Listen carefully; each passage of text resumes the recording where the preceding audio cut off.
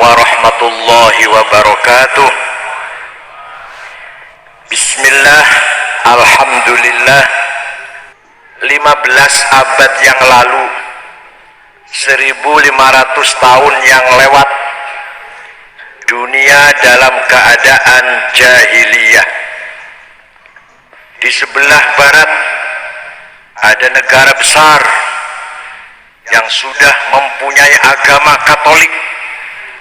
Kitab sucinya Al-Ahdul Jadid, The Testament, Injil, Bible, sudah maju di bidang pembangunan teknologi, ilmu pengetahuan, pendidikan. Akan tetapi ada sisi jahiliyah yang sangat mengerikan, yaitu sistem perbudakan, al-isti'bad wal istirqaq. Negara Romawi namanya negara itu. Rakyat Romawi yang dianggap budak diperlakukan semena-mena. Binatang jauh lebih dihormati daripada budak. Malah acara yang paling digemari oleh para pembesar negara Romawi, baik itu pembesar politik maupun pembesar agama, acara yang kita kenal namanya gladiator. Kiai mungkin nanti nonton bioskop nih, kalau sering. Ini ada filmnya, ini film gladiator. Kalau malam-malam di TV gelombang HBO, HBO itu kadang-kadang muter film gladiator. Apa itu? Budak diadu, masing-masing gowo golok, diadu, ditonton. Nanti kalau sudah ada yang terkapar, sudah ada yang mati salah satunya, raja dan penonton-penonton yang lain berdiri, tepuk tangan, gembira, menganggap acara sukses dan berhasil. Kalau sudah ada salah satu budak yang terpenggal kepalanya.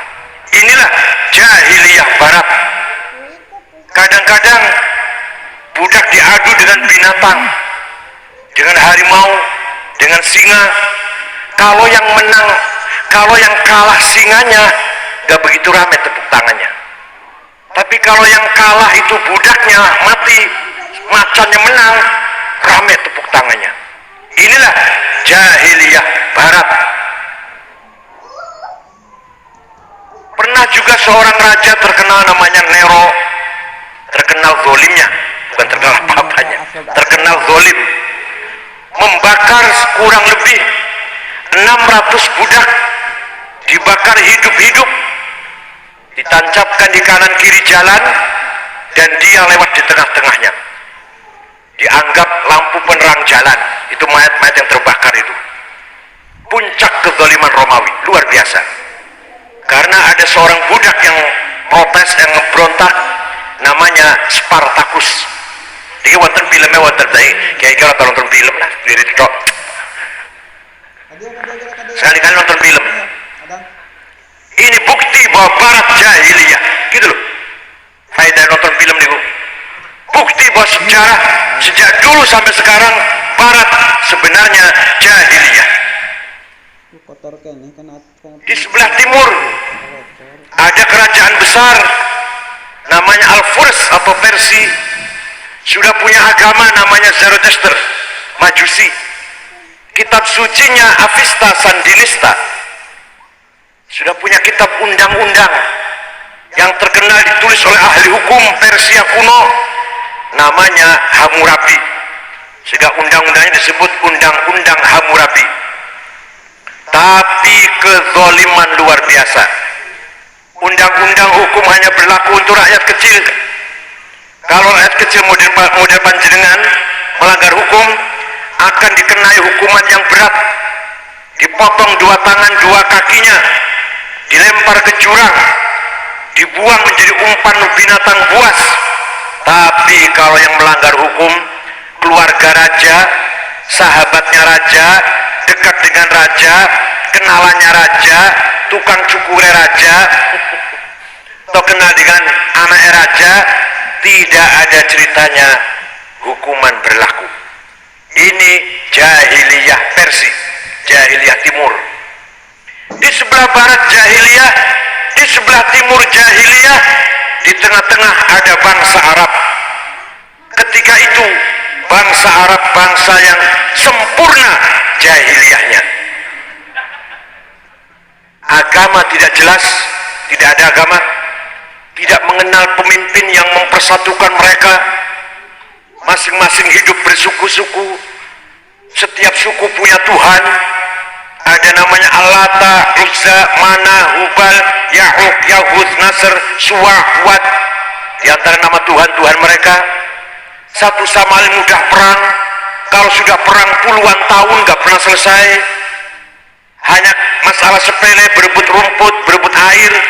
Perang sampai 40 tahun, 50 tahun. Pernah terjadi perang namanya perang Fijar. Rasulullah ketika itu masih umur 14 tahun, membantu pamannya Abu Thalib membawakan anak panahnya. Itu perang Fijar 40 tahun. Gara-gara ada tamu, ontanya tamu disembelih, disate atau digulai lah. Itu perangnya sampai 40 tahun. Itulah jahiliyah Arab. Tidak ada pendidikan, tidak ada teknologi, tidak ada kitab suci. Buat dengan nabi, apa itu rasul, nggak kenal. Rata-rata buta huruf. Kalau punya anak perempuan takut menjadi beban, ditanam hidup-hidup. Sayyidina Umar sebelum Islam pernah mengubur putrinya sudah usia 7 tahun karena sebelumnya disembunyikan oleh ibunya. Ternyata ketahuan juga setelah usia 7 tahun. Barangkali ayahnya kasihan lah, nggak kasihan juga, tetap dikubur hidup-hidup. Itu Sayyidina Umar sebelum Islam. Di tengah-tengah masyarakat yang seperti itu jahiliyahnya, lahir seorang bayi bernama Muhammad sallallahu alaihi wasallam.